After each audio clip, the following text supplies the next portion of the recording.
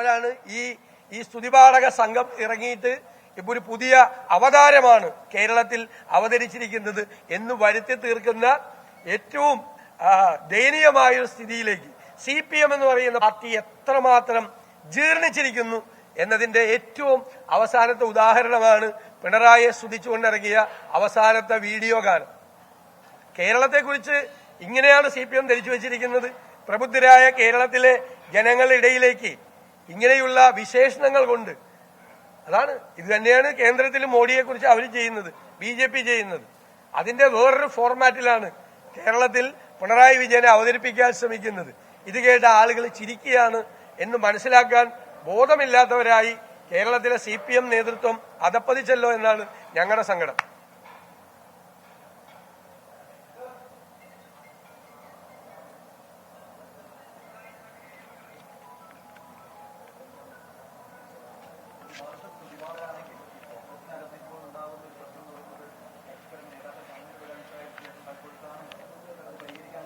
ഒരു അഭിപ്രായ വ്യത്യാസമില്ല കോൺഗ്രസിന്റെ അകത്ത് എല്ലാ സംഘങ്ങളും ഒരുമിച്ച് ചേർന്നിട്ടാണ്, എല്ലാ നേതാക്കളും ഒരുമിച്ച് ചേർന്നിട്ടാണ് പാർട്ടി പരിപാടികളൊക്കെ ഇട്ട് ഞങ്ങൾ മുമ്പോട്ട് പോവുക. കേരളത്തിൽ UDFന്റെ നേതൃത്വത്തിലുള്ള വിചാരണ സദസ്സുകൾ കേരളത്തിലെ എല്ലാ നിയോജകമണ്ഡലങ്ങളിലും നടക്കുകയാണ്. മുഴുവൻ നേതാക്കന്മാരും മുഴുവൻ UDF നേതാക്കന്മാരും അതിൽ പങ്കെടുക്കുന്നുണ്ട്. KPCC പ്രസിഡന്റ് ചികിത്സാർത്ഥം താൽക്കാലികമായി അദ്ദേഹം അമേരിക്കയിലേക്ക് പോയിരിക്കുകയാണ്. അത് അദ്ദേഹം തിരിച്ച് വരുമ്പോൾ KPCC പ്രസിഡന്റും പ്രതിപക്ഷ നേതാവും ഒരുമിച്ച് നയിക്കേണ്ട ജാഥ, സമരാഗ്നി എന്ന് പറയുന്ന ജാഥ പാർട്ടി നേതൃത്വം ഒരുമിച്ചെടുത്ത് തീരുമാനിച്ചിരിക്കുകയാണ്. അഖിലേന്ത്യാ കോൺഗ്രസ് കമ്മിറ്റിയുടെ നിർദ്ദേശപ്രകാരമുള്ള പരിപാടികളും തെരഞ്ഞെടുപ്പിന് വേണ്ടിയിട്ടുള്ള മുന്നൊരുക്കങ്ങളും നടത്തിയാണ്. ഞാൻ തന്നെ 14 ജില്ലകളിലും സന്ദർശനം നടത്തി പാർലമെന്റ് തെരഞ്ഞെടുപ്പിനുള്ള മുന്നൊരുക്കവും ഞാനും KPCC പ്രസിഡന്റും ചേർന്ന് സംയുക്തമായി നടത്തുന്ന ജാഥയുടെ മുന്നൊരുക്കങ്ങളും നടത്താനുള്ള പരിപാടി ഈ മാസം 8-ാം തീയതി മുതൽ ആരംഭിക്കുകയാണ്. എല്ലാം വളരെ നന്നായിട്ട് പോകണം, ഒരു പ്രശ്നമില്ല.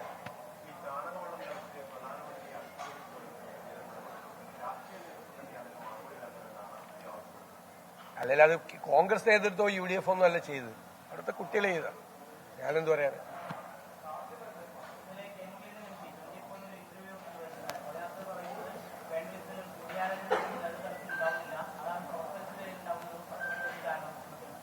അല്ലാതെ ഈ KPCC പ്രസിഡന്റ് ഇങ്ങനെ ചികിത്സാർത്ഥം പോയതുകൊണ്ട് KPCC യോഗം നടക്കാതെ ഗൂഗിൾ മീറ്റിംഗ് ആണ് 2 പ്രാവശ്യം നടത്തിയത്. അദ്ദേഹം തിരിച്ചു വന്നു കഴിഞ്ഞാൽ മീറ്റിംഗ് നടക്കും. UDF യോഗം എല്ലാ മാസവും UDF യോഗം നടക്കാറുണ്ട്, ഒരു കാലത്തില്ല. ഏറ്റവും കൂടുതൽ UDF യോഗങ്ങൾ നടന്നത് ഈ ടൈമിലാണ്. ഞാൻ UDF ചെയർമാനായി വന്നതിന് ശേഷമാണ് ചരിത്രത്തിൽ ഏറ്റവും കൂടുതൽ UDF യോഗങ്ങൾ നടന്നത്. എല്ലാ നേതാക്കന്മാരും വിളിച്ചവരുമായിട്ട് ഞങ്ങൾ കൂടിയാലോചന നടത്താറുണ്ട്. വീണ്ടും 10-ാം തീയതി യോഗമുണ്ട്. ഈ ഒരു മാസം മാത്രം നടന്നില്ല, കാരണം എല്ലായിടത്തും വിചാരണ സദസ്സ് നടക്കുന്നുണ്ട്. അല്ലാതെ എല്ലാ മാസവും UDF യോഗങ്ങൾ കൃത്യമായി നടത്താറുണ്ട്. KPCC പ്രസിഡന്റ് തിരിച്ചു വന്നാൽ KPCC യോഗങ്ങൾ നടക്കുക, അതിലൊന്നും അതെ കൂടിയാലോചന നടക്കുന്നുണ്ട്. ഇനി കൂടുതൽ വേണമെങ്കിൽ കൂടുതൽ നടത്തും.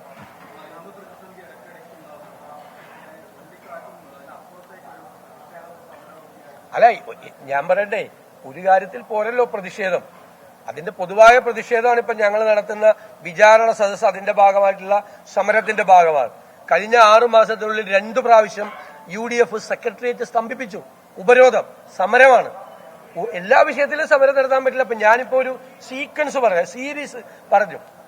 ഏത് KSRTC, KSCB, Supplyco, medical services corporation, കെട്ടിട നിർമ്മാണ തൊഴിലാളി ക്ഷേമനിധി board, social security schemes, development schemes, ഓരോന്നിനും സമരം ചെയ്യാൻ പറ്റുമോ? എല്ലാം കൂടി ഒരുമിച്ചാണ് ഈ ഗവൺമെന്റിനെ വിചാരണ ചെയ്യുന്ന, ജനങ്ങളുടെ കോടതിയിൽ വിചാരണ ചെയ്യുന്ന വിചാരണ സദസ്സ് നടക്കുന്നത്. അതിനുശേഷം എല്ലാ UDF ഘടകകക്ഷികളുടെയും നേതൃത്വത്തിലുള്ള പരിപാടികൾ നടക്കുകയാണ്. ഇപ്പൊ യൂത്ത് ലീഗിന്റെ യൂത്ത് മാർച്ച് നടന്നു, യൂത്ത് കോൺഗ്രസിന്റെ പ്രതിഷേധങ്ങൾ നടന്നു, വിദ്യാർത്ഥി പ്രശ്നങ്ങൾ ഉന്നയിച്ചുകൊണ്ട് KSU നേതൃത്വത്തിൽ പരിപാടി നടന്നു. ഇന്ന് വണ്ടിപ്പെരിയാറിൽ മകളെ മാപ്പ് എന്നുള്ള പേരിൽ നാളെ വലിയ പരിപാടി KPCCയുടെ നേതൃത്വത്തിൽ നടക്കുകയാണ്. KPCCയുടെ നേതൃത്വത്തിൽ DGP ഓഫീസ് മാർച്ച് നടത്തി. യൂത്ത് കോൺഗ്രസ് 100 കണക്കിന് പേര് ജയിലിലാണ്, ഇപ്പോഴും നിരവധി പേര് ആശുപത്രികളിലാണ്. 3 കുട്ടികൾക്കാണ് ഞങ്ങൾ സർജറി നടത്തിയത്, മേജർ സർജറി. കാൽപാദം വരെ അറ്റുപോയി. ഇത്രയും വലിയ സമരം ഏത് കാലത്താണ് നടന്നിട്ടുള്ളത്? ഇത്രയും അഗ്രസീവായിട്ടുള്ള സമരം നടന്നിട്ടുള്ളത് ഏത് കാലത്താണ്? എല്ലാം സംഘടനകൾ സമരത്തിലാണ്. മഹിളാ കോൺഗ്രസ് ഉൾപ്പെടെ, വനിതാ സംഘടനകൾ ഉൾപ്പെടെ, UDFന്റെ വിവിധ കക്ഷികൾ ഉൾപ്പെടെ സമരത്തിലാണ്.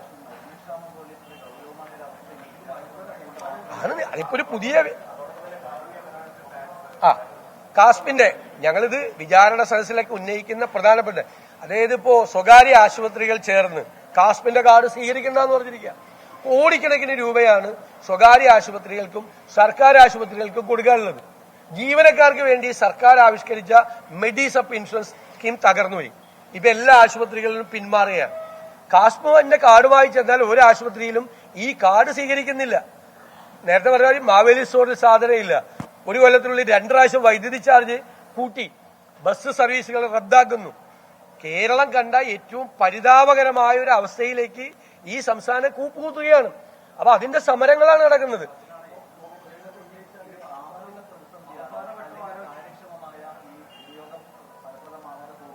അല്ല, ഇത് ഞങ്ങൾ മുൻകൂട്ടി പറഞ്ഞല്ലേ.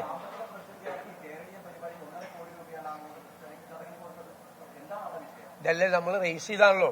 ഞങ്ങൾ 2020 ഡിസംബറിൽ തന്നെ ഞാൻ കൺവീനറായിട്ട് ശ്രീ രമേശ് ചെന്നിത്തല നിർദ്ദേശിച്ചനുസരിച്ച് ഞങ്ങളൊരു വൈറ്റ് പേപ്പർ ഇറക്കി. പ്രതിപക്ഷ നേതാവ് വി.ഡി. സതീശൻ മാധ്യമങ്ങളെ കാണുകയായിരുന്നു. സംസ്ഥാന സർക്കാരിനെതിരായിട്ടുള്ള വിമർശനങ്ങൾ അദ്ദേഹം ഉന്നയിക്കുകയാണ്. അൻസിൽ ജലീലിനെതിരായിട്ടുള്ള കേസ് കെട്ടിച്ചമച്ചതാണ്, ദേശാഭിമാനി കെട്ടിച്ചമച്ച കേസാണ് ഇതാണ് എന്നതാണ് അദ്ദേഹത്തിന്റെ ആരോപണം. മാത്രമല്ല, കേരളത്തിൽ ഇപ്പോൾ മുഖ്യമന്ത്രിയെ പ്രകീർത്തിച്ചുകൊണ്ട് നടത്തുന്ന നീക്കങ്ങളൊക്കെ തന്നെ കമ്മ്യൂണിസ്റ്റ് പ്രസ്ഥാനത്തിന്റെ രീതികൾക്ക് ചേരാത്തതാണ്, അവിടെ ആൾദൈവങ്ങളെ സൃഷ്ടിക്കുകയാണ് എന്ന വിമർശനം കൂടി, വ്യക്തിപൂജ നടത്തുന്നു എന്ന വിമർശനം കൂടി ഇവിടെ വി.ഡി. സതീശൻ ഉന്നയിക്കുകയാണ്.